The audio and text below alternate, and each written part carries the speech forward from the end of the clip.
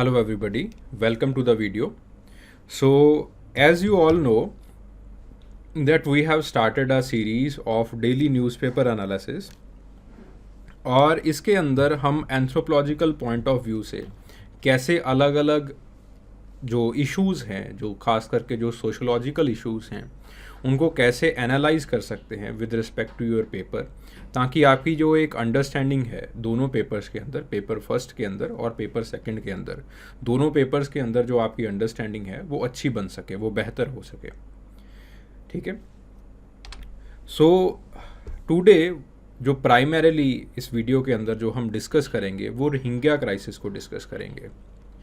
तो आपको जनरली इनकी बैकग्राउंड स्टोरी आई होप कि आप सबको पता ही होगी, क्योंकि पिछले आई थिंक 3-4 साल से ये जो न्यूज़ है वो बनी हुई है, ये जो इशू है वो मेन स्ट्रीम मीडिया के अंदर बना हुआ है। जनरली जो चीज़ मेन स्ट्रीम मीडिया के अंदर डिस्कस की जाती है, हमें उन चीज़ों के बारे में अच्छा ज्ञान हो जाता है। तो इसके अंदर जो आपके पास बैकग्राउंड इसकी स्टोरी है वो नहीं डिस्कस की जाएगी, बट कंटेम्प्रेरी प्रॉब्लम्स जो है वो डिस्कस की जाएंगी। खास करके जो हेल्थ इश्यूज़ ये फेस कर रहे हैं उनको डिस्कस किया जाएगा।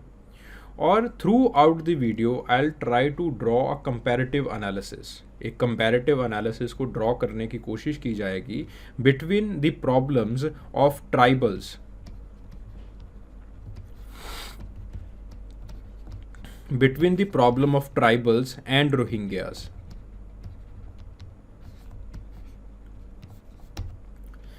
देखिए, रोहिंग्याज, अब आप कहेंगे कि ऐसे कंपैरेटिव एनालिसिस कैसे किया जा सकता है, ट्राइबल तो हमारे ही हैं, लेकिन क्या सच में उनको हमारा माना जाता है? जो अगर ट्राइबल्स की आप अर्बन एरियाज़ रांची वगैरह के अंदर जाके आप अगर उनकी प्रॉब्लम देखते हो तो ट्राइबल को ऑलमोस्ट सोसाइटी से बाहर निकाल दिया गया है। ठीक है, वो स्लम एरियाज़ के अंदर रह रहे हैं। तो जो रोहिंग्यास हैं उन्होंने भी जो जनरेशनल डिस्पैरिटी है वो फेस की है, और जो हमारे ट्राइबल्स हैं उन्होंने भी जनरेशनल डिस्पैरिटी फेस की है और कर रहे हैं। तो जैसे जैसे मैंने आज भी जो है वो थोड़ा इसका विश्लेषण किया, जैसे न्यूज़ आती है, जैसे आपके पास इश्यूज़ बढ़े हैं, वैसे वैसे मैंने जो एकेडमिक आर्टिकल्स लिखे गए हैं उनका रोहिंग्यास के ऊपर विश्लेषण किया। और ताज्जुब की बात है कि जो मैं ट्राइबल लिटरेचर जब पढ़ता हूँ, जब मैंने ट्राइबल क्राइसिस के ऊपर मैंने एंथ्रोपोलॉजिकल लिटरेचर पढ़ी, तो उसके अंदर जो उन्होंने रिज़ल्ट्स दिए थे हेल्थ प्रॉब्लम्स के, और जो रिज़ल्ट्स रोहिंग्या मुस्लिम्स के अंदर खास करके कुछ ऑथर्स लाइक बलाकी या फिर आपके पास मिल्टन, कुछ ऑथर्स हैं, तो उन्होंने जो हेल्थ क्राइसिस के ऊपर, कल्चरल क्राइसिस के ऊपर रिजल्ट्स दिए हैं, दे आर क्वाइट सिमिलर, काफ़ी सिमिलैरिटी है दोनों के अंदर। तो मैं एक कंपैरेटिव एनालिसिस ड्रॉ करता चलूँगा जैसे जैसे हम इस प्रॉब्लम को एनालाइज करेंगे, और हो सकता है कि ये वीडियो थोड़ी सी लंबी हो सके, तो अंत तक बने रहिएगा। तो एक कंपैरेटिव एनालिसिस ड्रॉ करने की कोशिश की जाएगी between the problem of the tribals and the problem of the Rohingya Muslims that they are facing. ठीक है। सो पेपर सेकंड के अंदर जो प्रॉब्लम ऑफ ट्राइबल्स हैं और जो प्रॉब्लम ऑफ डिप्राइव्ड सेक्शन है, उसके साथ जो है वो आप एक कंपैरेटिव एनालिसिस जो है इसके थ्रू, इस वीडियो के थ्रू आप ड्रॉ कर सकते हो। So I will try to discuss it through different angles, through different perspectives. तो एक जो पर्सपेक्टिव मेरे सामने आता है, जो कल्चरल पर्सपेक्टिव मेरे सामने आता है, सो this is a cultural perspective.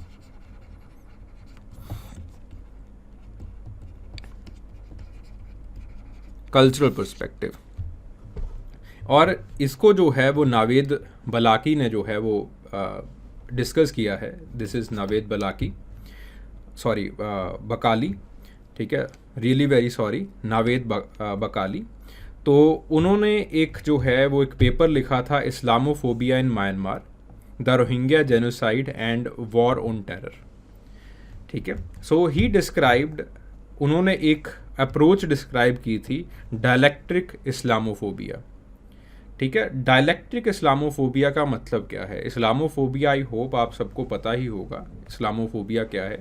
तो मेनलैंड मीडिया, जो मेन स्ट्रीम मीडिया है, वो कुछ ऐसे वर्ड्स यूज़ कर रहा है आजकल, कुछ ऐसे नरेटिव्स को यूज़ कर रहा है जिसकी वजह से एक जो सोसाइटी के अंदर एक जो सस्पिशन होता है इस्लाम के रिगार्डिंग, मुसलमान के रिगार्डिंग, वो जो है वो होना शुरू हो जाता है।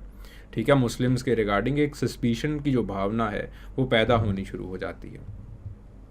तो उन्होंने एक फिनोमिना को यहाँ पे समझाया है जिसको हम कहते हैं डायलैक्ट्रिकल इस्लामोफोबिया। डायलैक्ट्रिकल इस्लामोफोबिया के अंदर वो पर्सनल इस्लामोफोबिया और स्टेट मैंडेटेड इस्लामोफोबिया की बात करते हैं। देखिए, एक तो है पर्सनल इस्लामोफोबिया, जो कि आपको काफ़ी वेस्टर्न सोसाइटी, यूरोप के अंदर चले जाओ, अगर आप मुस्लिम हो, यूरोप के अंदर चले जाओ, आपको वो एक इस्लामोफोबिया दिखाई दे जाएगा, जिसके अंदर लोग जो है वो आपको, अगर आपने मुस्लिम अटायर जो है वो पहन रखा है, सर पे जो है वो आपके पास जो स्कल कैप है वो है, आपने मुस्लिम अटायर जो है, कल्चरल अटायर जो है वो पहन रखा है, तो लोग जो है वो आपको हल्की सी जो सस्पिशन की निगाह है, सस्पिशन का जो पॉइंट ऑफ व्यू है, उससे जो है वो देखना शुरू करेंगे। लेकिन जब इसके अंदर स्टेट मैंडेटेड इस्लामोफोबिया भी जुड़ जाता है तो लोग आपको मारने पे जो है वो तुल जाते हैं। तो जो आपके पास म्यांमार के अंदर हुआ है, रोहिंग्यास के केस के अंदर हुआ है, that is the state mandated Islamophobia, वो आपके पास पर्सनल इस्लामोफोबिया के साथ जुड़ गया। ठीक है, so where there is a relationship between the structural state mandated and the private Islamophobia. Private Islamophobia it was emboldened by the state stance, कि state भी यही कह रही थी रोहिंग्यास बुरे हैं, और प्राइवेट लोगों का, जो वहाँ के बुद्धिस्ट कम्युनिटी है, उनका भी मानना जो है वो यही था। तो बहुत तेज़ी से जो है वो उन्होंने बाइकआउट करना स्टार्ट कर दिया मुस्लिम बिजनेसेस का, जो मुस्लिम कम्युनिटी है उसको बाइकआउट करना स्टार्ट कर दिया, उसको आइसोलेट करना शुरू कर दिया। ठीक है, फिर उसके बाद जो आपके पास बुद्धिस्ट एक्सट्रीमिस्ट ग्रुप्स हैं, उन्होंने इस डिस्क्रिमिनेशन के अंदर और ऐड किया, और जो फॉर्मर, जो पहली डेमोक्रेटिक गवर्नमेंट थी, जो डेमोक्रेटिक इलेक्टोरल गवर्नमेंट थी, जो इलेक्टेड गवर्नमेंट थी, उसने भी जो है वो इन मुस्लिम एक्सट्रीमिस्ट ग्रुप्स को कुछ नहीं कहा। ठीक है, तो आपके पास ऑथर जो है वो इसी चीज़ को सजेस्ट करता है कि आपके पास एक बुद्धिस्ट मेजॉरिटी नेशन जो है, जिसके अंदर आपके पास बुद्धिस्ट वैल्यूज़ होनी चाहिए थी, टॉलरेंस की वैल्यू होनी चाहिए थी, वहाँ पे कैसे जो है वो आपके औरत के रिप्रोडक्टिव राइट्स तक को जो है वो उसके ऊपर रिस्ट्रिक्शंस जो है वो लगानी स्टार्ट कर दी। और औरत के रिप्रोडक्टिव राइट्स की जो बात है वो आगे मिल्टन समझाते हैं। ठीक है, getting the point. So there is a concept of dielectric Islamophobia, और ये जो आपके पास कंसेप्ट है ये काफ़ी जगह के ऊपर आपको देखने को मिल रहा है। ठीक है, इंडियन स्टेट में इसके रिगार्डिंग जो है वो एक आई विल ट्राई टू से कि इंडियन स्टेट के जैसे आपके पास म्यांमार के अंदर हुआ, तो इंडियन स्टेट में मुझे इस पर्सपेक्टिव से काफ़ी जो है वो टॉलरेंट लगती है, क्योंकि जिस तरह से उन्होंने जो है वो स्टेट प्रोपेगेंडा फैलाया, और यही चीज़ें आपको जो अफ्रीकन नेशंस हैं, जब दो एथनिसिटीज़ आपस में भिड़ती हैं तो यही चीज़ें जो है वो आपको वहाँ पे भी दिखाई देती हैं। जब आपके जो है हतूतीज़ वाला केस हुआ था, जब आपके पास जेनोसाइड्स अफ्रीकन नेशंस के अंदर होते हैं, ठीक है, हुतीज़ वाला केस था, तो उसके अंदर भी एक स्टेट ने प्रोपेगेंडा चलाया कि आपके पास जो बाकी जो दूसरी एथनिसिटी है उसको जो है वो मारा, जो है वो उसको ख़त्म कर देना चाहिए, और ऑलरेडी जो मेजॉरिटी लोग थे वो उस एथनिसिटी के खिलाफ थे। तो जब ये दो चीज़ें जुड़ जाती हैं, जब आपके पास पर्सनल एजेंडा या फिर पर्सनल एक फोबिया और जो स्टेट ओरिएंटेड प्रोपेगेंडा है, जब वो दोनों चीज़ें जुड़ जाती हैं, then it results into violence and genocide of the other community, public prosecution of the, तो आपके पास जो दूसरी कम्युनिटी है उसको बुरी तरह से जो है उसके साथ सिर्फ भेदभाव ही नहीं होता, उसका जेनोसाइड जो है वो पब्लिकली होना स्टार्ट हो जाता है। ठीक है। अब जब जेनोसाइड की बात आती है तो उसके अंदर जो जेंडर है, खास करके जो फीमेल जेंडर है, उसको बुरी तरह से जो है वो प्रोसिक्यूट किया जाता है, उसको जो है वो बुरी तरह से उसके ऊपर जो है रिस्ट्रिक्शंस लगाए जाते हैं। और सबसे इसी प्रोसिक्यूशन का जो सबसे पहला इंडिकेटर है वो है उस कम्युनिटी की जो औरतें हैं, उसके ऊपर स्टेट जो है वो उनके रिप्रोडक्टिव राइट्स के ऊपर रिस्ट्रिक्शंस लगाता है, ठीक है। तो जानबूझ के जो है वो स्टेट उनको जो उनके हेल्थ केयर प्रोविजंस हैं उनको रिस्ट्रिक्ट करता है, और रिप्रोडक्टिव राइट्स के ऊपर जो है वो स्टेट रिस्ट्रिक्शंस लगाता है, ठीक है। जैसे मिल्टन ने समझाया, मिल्टन की एक स्टडी आई थी 2017 के अंदर,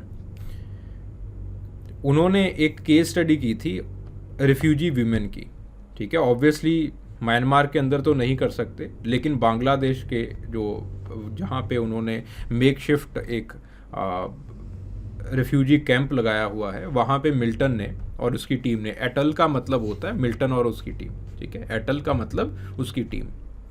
तो 2017 के अंदर उन्होंने स्टडी की, उन्होंने कहा कि उन्होंने पाया एक रिफ्यूजी वुमेन उनको मिली, नाम जो है वो उन्होंने नहीं लिया।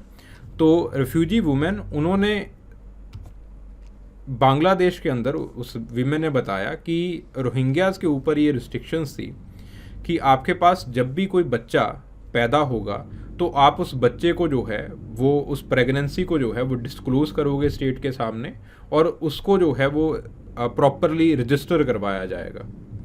स्टेट अथॉरिटीज़ ने इस चीज़ को जो है वो मैंडेट कर रखा है, और इस चीज़ को काफ़ी ध्यान से जो है वो इम्प्लीमेंट भी किया जाता है। और जो मेन मकसद है स्टेट का ये करने का, ये है असिमिलेशन को रोकना, कि जो रोहिंग्या कम्युनिटी है उसको आइसोलेटेड रहने दिया जाए, ठीक है। So it was way back जब ये काम जो है वो हो रहा था। तो एक रिफ्यूजी वुमेन जो कि जो म्यांमार से बाहर आई थी, उसने मिल्टन को बताया कि कैसे जो है वो उसने स्टेट को जो है वो बताया नहीं कि उसकी प्रेगनेंसी जो है वो हो चुकी है। जब इवेंचुअली ये जो खबर है बच्चे की वो बाहर आई कि किसी ने जो है वो बच्चे को जन्म दिया है, तो उसके हस्बैंड को पकड़ के ले गए, उसको मार दिया गया, और उसकी जो सारी की सारी संपत्ति है, प्रॉपर्टी है, उसको बर्न कर दिया गया, और इवेंचुअली डर के मारे जो है वो उसको म्यांमार से भागना पड़ा। अब उसके पास नवजात शिशु था। जब आपको ऐसे भागना पड़ रहा है किसी सोसाइटी में से, किसी कंट्री में से इलीगल मीन्स के साथ, तो खुद तो वो भूखी रही, साथ के साथ बच्चा भी जो है वो भूखा रहा, जिसकी वजह से उसके जो बच्चे की डेथ हो गई। तो इस तरह से एक म्यांमार स्टेट के अंदर जो आपके रिप्रोडक्टिव राइट्स हैं उसके ऊपर जो रिस्ट्रिक्शंस हैं वो लगाए गए।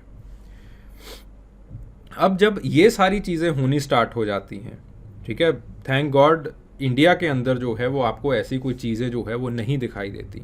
अगर फ्यूचर के अंदर कुछ ऐसा होना स्टार्ट हो जाता है, ऑब्वियसली ये जो है वो इंडिया के लिए एक बहुत बड़ी खतरे की घंटी होगी, इंडियन माइनॉरिटीज़ के लिए बहुत बड़ी खतरे की घंटी होगी, ठीक है। फिर उसके बाद आपके पास एक जो है साइकियाट्रिक एनालिसिस है, साइकियाट्रिक एनालिसिस बाय ते और उसकी टीम, और आपके पास जो है वो फिंच ने भी साइकियाट्रिक एनालिसिस जो है वो इसके अंदर किया है। और ज़्यादातर जो साइकियाट्रिक एनालिसिस है, जो साइकोलॉजिकल स्टडीज़ हैं रोहिंग्या मुस्लिम्स के अंदर, वो कॉक्स बाज़ार के अंदर किया जा रहा है। कॉक्स बाज़ार बांग्लादेश के अंदर है, जहाँ पे इनका कैंप जो है रोहिंग्या मुस्लिम्स का वो लगाया गया है। तो एम हबीब, उन्होंने एक जो है वो एक किताब लिखी है, the forced migration of Rohingya an untold experience. उसके अंदर उन्होंने अपनी रिसर्च फाइंडिंग्स, आपके पास 3221 रोहिंग्याज का एक जो है वो उनका एनालिसिस किया है, उनके हाउस होल्ड्स का एनालिसिस किया है, और उसके ऊपर जो है वो उन्होंने ये एनालिसिस जो है वो शो करने की कोशिश की है अपनी किताब के अंदर। उन्होंने कहा कि 93% लोगों ने डिस्क्रिमिनेशन फेस किया है बांग्लादेश के अंदर। Obviously it's very high, very high. Percentage discrimination कैसे फेस किया है। वो कहते हैं कि पहले तो बांग्लादेश की जो स्टेट अथॉरिटीज़ हैं वो उनको बाहर नहीं निकलने देती, वो उनको उनके कैंप के अंदर ही रहने देती हैं। अगर इन केस कोई भी जो है वो बाहर निकल भी जाता है फॉर सर्टन रीजंस, तो उनके साथ बुरी तरह से भेदभाव किया जाता है, डिस्क्रिमिनेशन किया जाता है। और 97% लोगों ने अपनी नेबर की या तो डेथ को एक्सपीरियंस किया है, अनटाइमली डेथ को एक्सपीरियंस किया है, या फिर इंजरी को एक्सपीरियंस किया है। 85% लोगों ने ये एक्सपीरियंस किया है कि किसी के घर को जला दिया गया उनके आंखों के सामने। 59% लोगों ने ये एक्सपीरियंस किया है कि उसके किसी करीबी को, किसी रिलेटिव को या फिर किसी फ्रेंड को सेक्सुअली असॉल्ट किया गया, खुद आंखों से उन्होंने विटनेस किया है।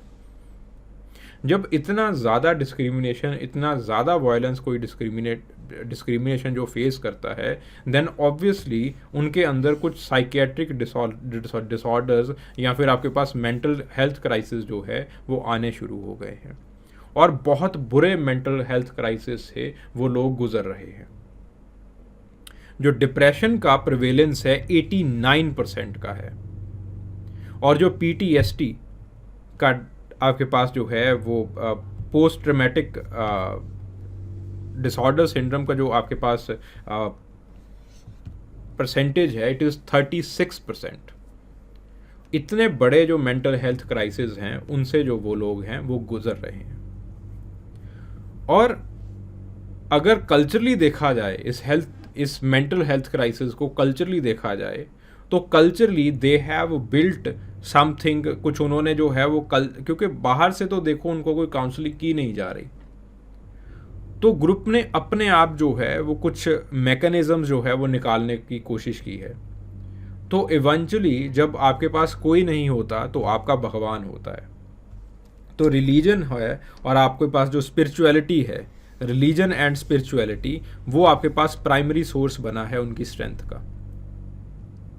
इसके अंदर आपके पास जो प्रोफेसर नैन्सी चेन हैं, उन्होंने काफ़ी इंसाइटफुल स्टडीज़ जो है वो की है, और यही इंसाइटफुल स्टडीज़, यही हेल्थ क्राइसिस, खैर इतना ज़्यादा जो है वो प्रिवेलेंस नहीं है इंडिया के अंदर, लेकिन इंडिया के अंदर भी जो ट्राइबल्स हैं they are facing severe depression. उनके अंदर भी जो डिप्रेशन का एक फ्रीक्वेंसी है वो काफ़ी हाई है।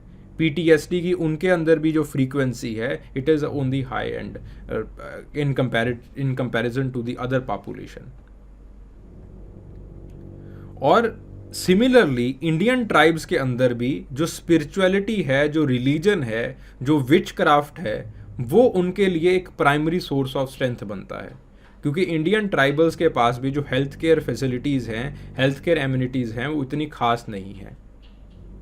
अगर हेल्थ केयर एम्यूनिटीज़ इनको दी भी जाती हैं, रोहिंग्यास को या फिर इवन इंडियन ट्राइबल्स को जो है वो हेल्थ केयर फैसिलिटीज़ दी जाती हैं, they are suspicious of state.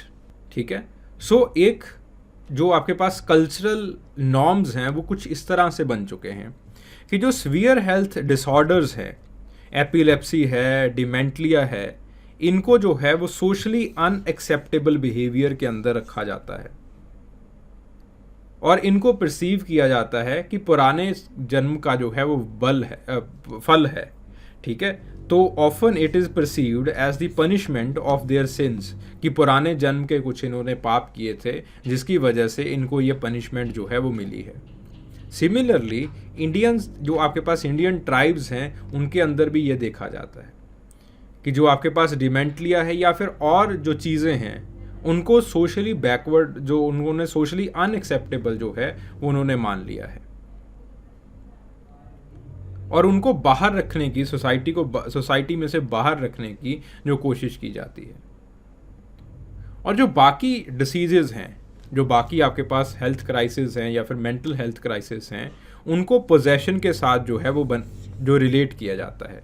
तो प्रोफेसर नैन्सी चेन जो हैं वो आपके पास ट्रेडिशनल हीलर्स के अंदर उन्होंने काम किया है रोहिंग्यास के।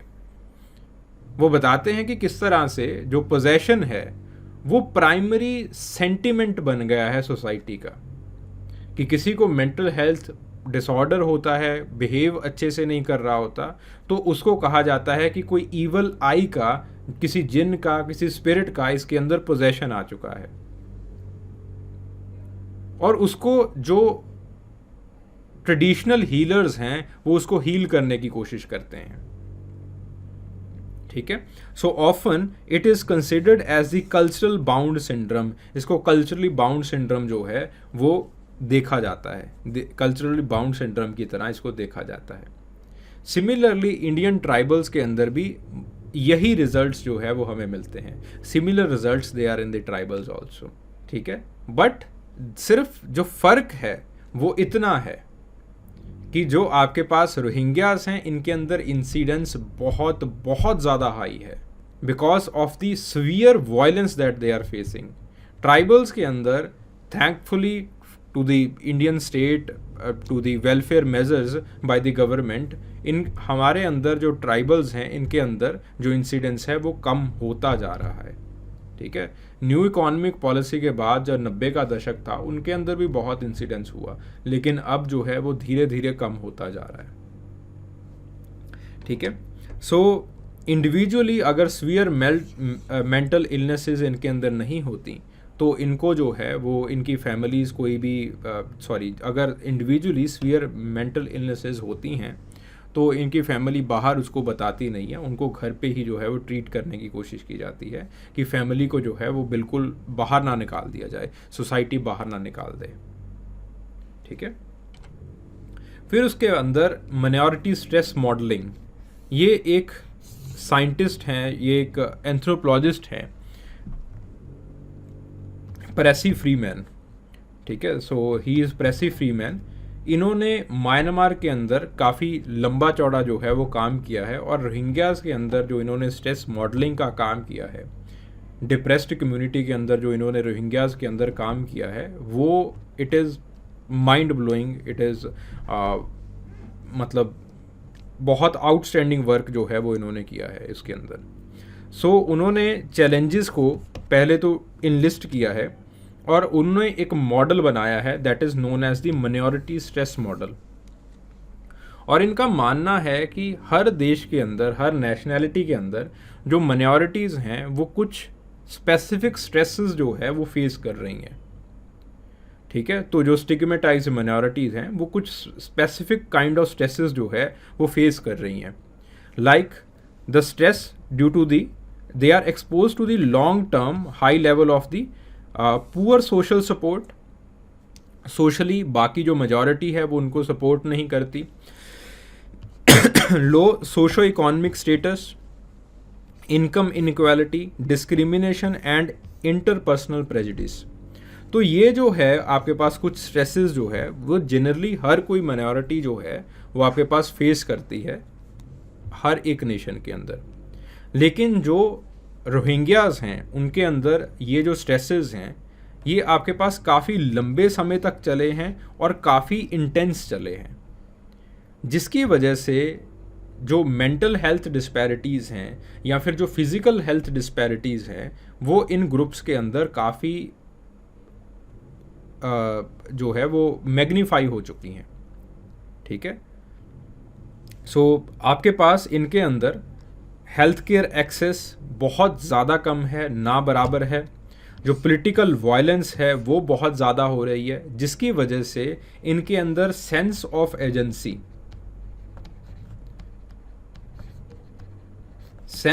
एजेंसी वो बिल्कुल ख़त्म हो चुकी है।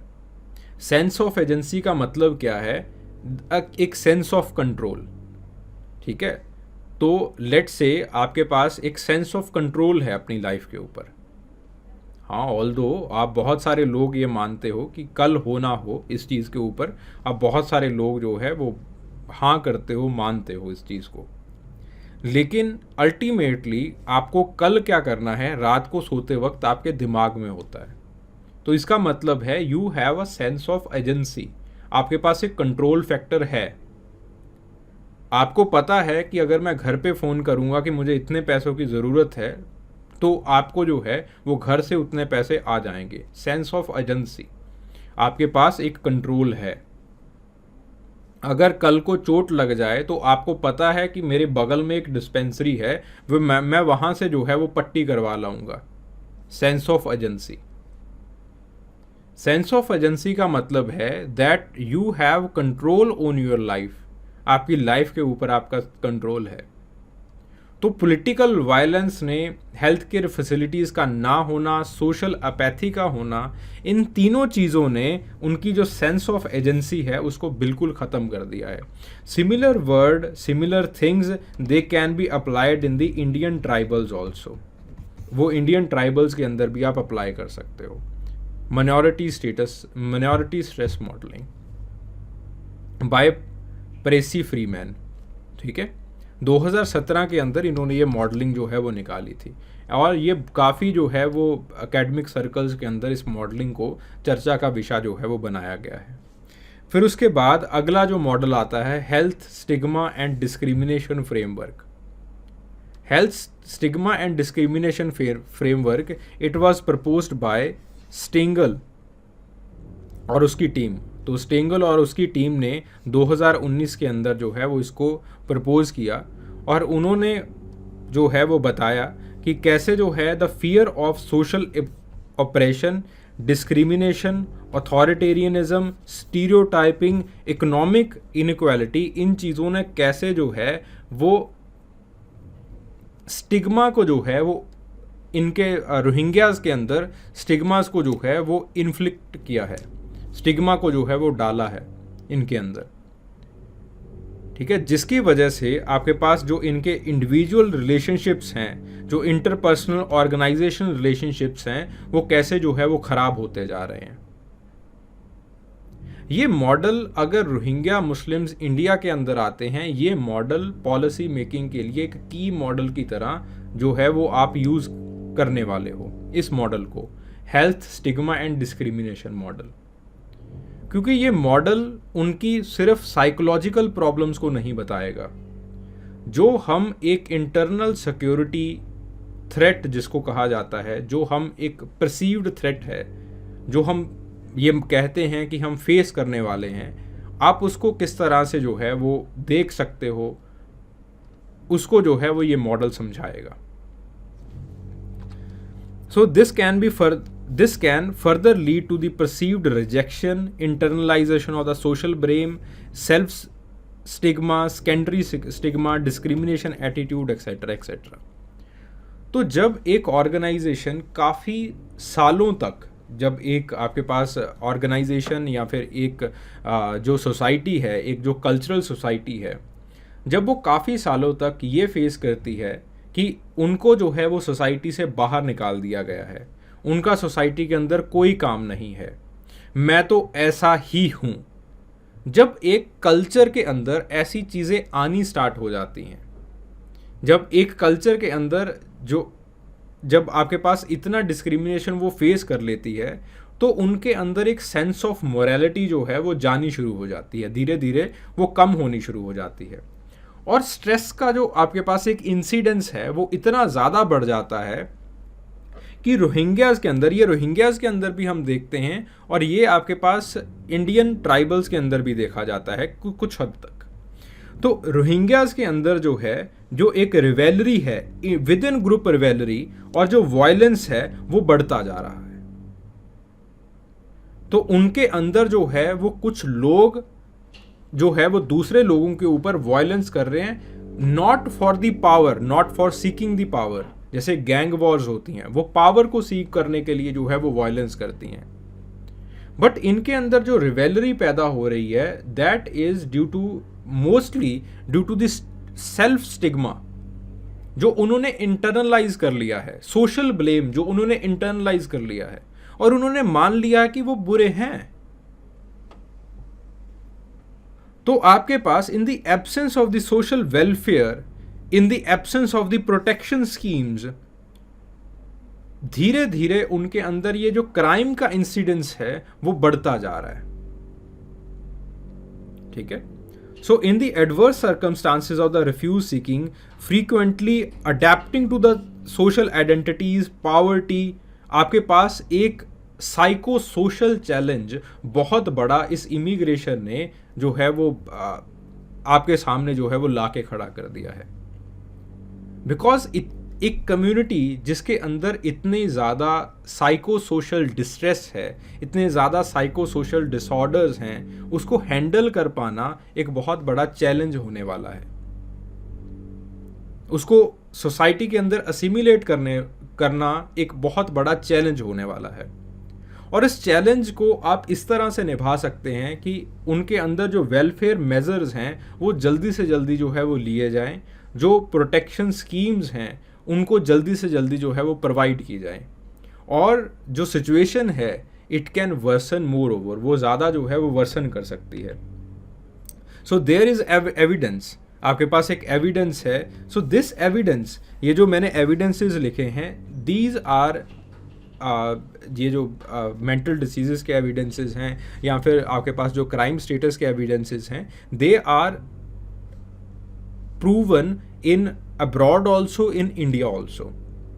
ठीक है, जब आपके पास एशियन रिफ्यूजीज अमेरिका के अंदर गए थे, सिख रिफ्यूजीज अमेरिका के अंदर गए थे, तो वहाँ से जब उन्होंने स्टिग्मा फेस किया था, so similar kind of disorders they also faced, but it was not that much intense. इनके अंदर इंटेंसिटी बहुत ज़्यादा है। मैं बार बार कह रहा हूँ कि जब माइग्रेशंस होते हैं, खास करके जब आपके पास रिफ्यूजी माइग्रेशंस होते हैं जिनको फोर्सफुली बाहर निकाला जाता है, तो उनके अंदर कुछ मेंटल डिसऑर्डर्स आते हैं। इंडियन ट्राइबल्स के अंदर भी ये देखने को मिलते हैं, लेकिन इनके अंदर जो सिवियरिटी है, जो इनके अंदर इंसिडेंस है, वो बहुत ज़्यादा है, it's very high. So there is evidence to suggest that the chronic stress, deprivation, adverse and the early experience in the inequality, it can lead to the alter stress response and the epigenetic changes in HPA axis. HPA axis का मतलब क्या है? Hypothalamic pituitary and adrenal axis. तो जब कोई भी व्यक्ति इतने हाई क्रोनिक स्ट्रेस के अंदर रहता है, डेप्रीवेशन के अंदर रहता है, अपनी जीवन के अर्ली स्टेजेस के अंदर कोई बहुत भयानक इंसिडेंट्स फेस करता है, लाइक सेक्सुअल असॉल्ट और समथिंग, तो उनका जो एक स्ट्रेस लेवल है, उनका जो स्ट्रेस रिस्पॉन्स है, वो अल्टर हो जाता है। और इसका जो दिमाग की जो प्लास्टिसिटी है, जो न्यूरोबायोलॉजी है दिमाग की, जो आपके पास जो आपके बॉडी की जो न्यूरोबायोलॉजी है, उसके अंदर काफ़ी ज़्यादा जो है वो चेंजेस आते हैं। सो जिसके ऊपर जो है वो सरनाई और बेर्गर जो है वो समझाते हैं जिस चीज़ को।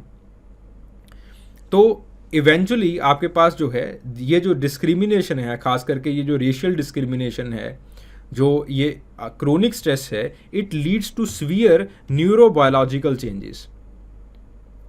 ठीक है, and dysregulation of the HPA axis, hypothalamic pituitary and adrenal axis.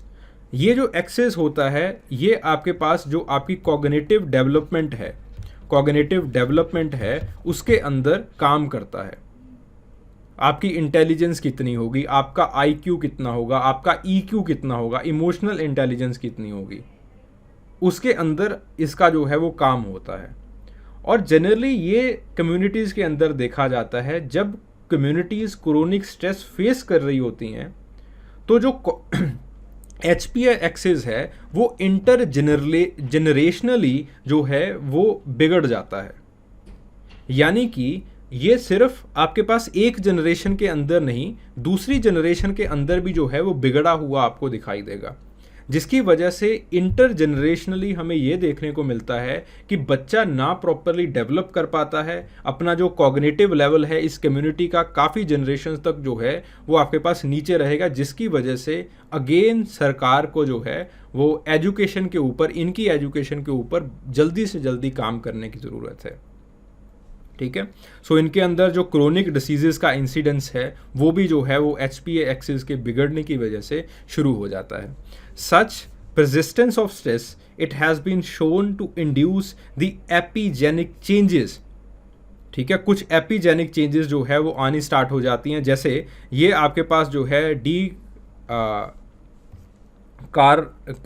Carlo की स्टडी थी, डी कार्लो और उसकी टीम की स्टडी थी, 2019 की स्टडी, जिसके अंदर उन्होंने BDNF gene, brain derived neurotrophic factor gene जो है वो उसको उन्होंने एनालाइज किया और देखा कि स्ट्रेस की वजह से जो इस जीन की वर्किंग है, मैं अगेन म्यूटेशन की बात नहीं कर रहा हूँ, इस जीन की वर्किंग जो है वो आपके पास जो है वो चेंज हो रही है। अगेन ये जीन आपकी ब्रेन की डेवलपमेंट, कॉग्निटिव डेवलपमेंट के अंदर बहुत बड़ा जो है वो पार्ट प्ले करती है।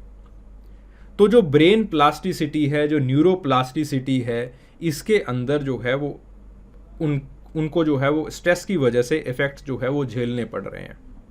सिमिलर इफ़ेक्ट्स जो है वो आपके पास क्वान की स्टडी है। सिमिलर इफ़ेक्ट्स जो है वो एशियन रेफ्यूजीज़ जब अमेरिका के अंदर गए थे, जब इंडिया के अंदर भी खालिस्तान मूवमेंट थी और खालिस्तान मूवमेंट के चलते सिख्स को जो है वो स्टेट प्रोसिक्यूट कर रही थी, उनको मारा जा रहा था, तो कुछ इंडियन रेफ्यूजीज़ भी जो है वो बाहर गए थे, उन्होंने स्ट्रेस यहाँ पे फेस किया था, वो बाहर गए थे। Similar effects there seen in them also, उनके अंदर भी सिमिलर इफ़ेक्ट्स देखे गए।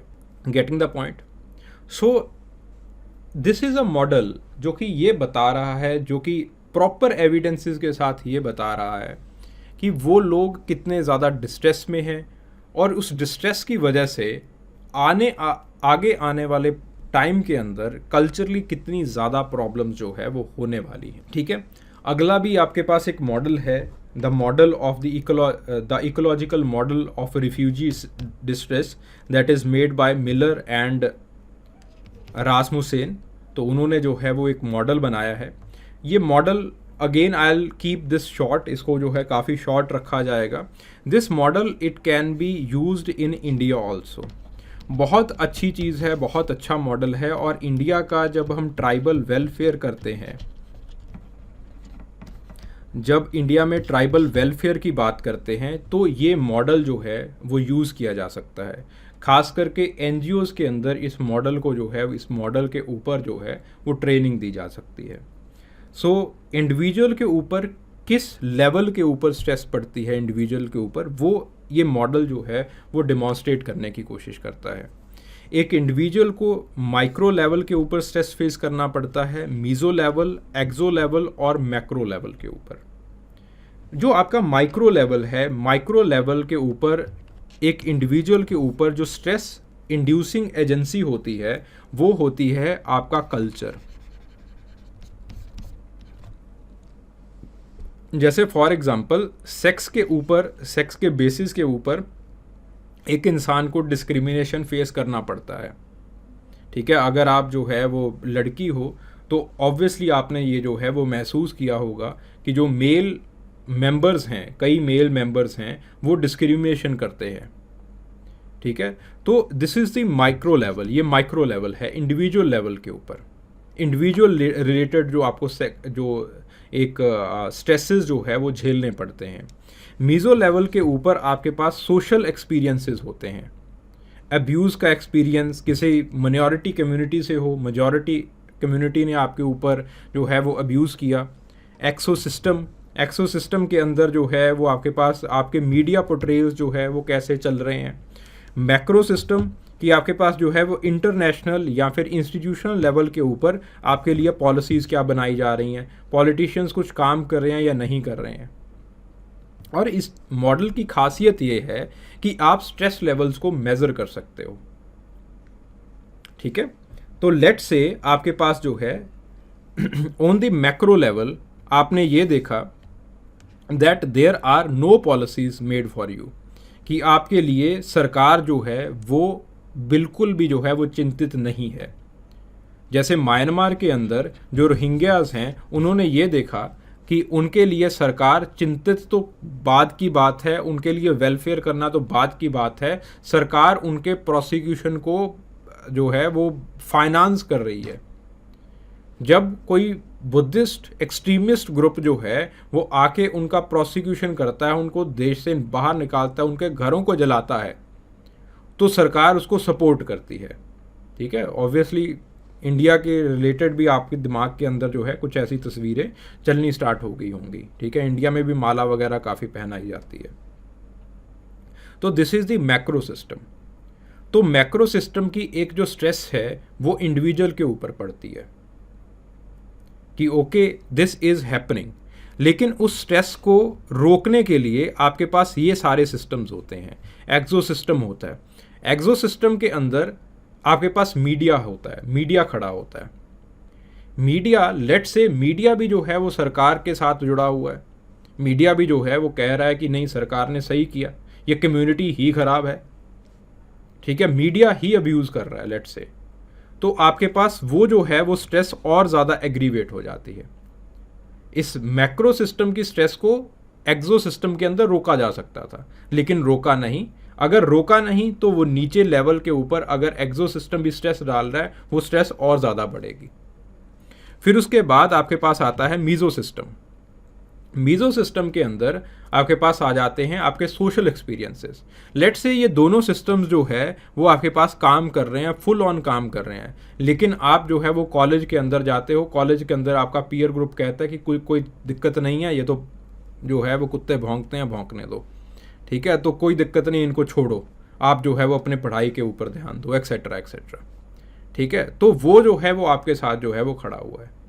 लेट से आपने मीजो सिस्टम के अंदर भी जो है वो स्ट्रेस फेस की, आप कॉलेज के अंदर गए, आपके जो बेस्ट फ्रेंड्स थे वो जो है वो आपके साथ बैठे नहीं, जो कि ज़्यादातर मुस्लिम्स ने जो है वो 9/11 के बाद फेस किया है, ठीक है। तो वो जो है वो आपके साथ बैठे नहीं, उन्होंने कह दिया कि ऐसे करके ये तो जी हम नहीं बैठेंगे आपके साथ, मीडिया देखो क्या कह रहा है, आप तो ऐसे हो, एक्सेट्रा एक्सेट्रा, ठीक है।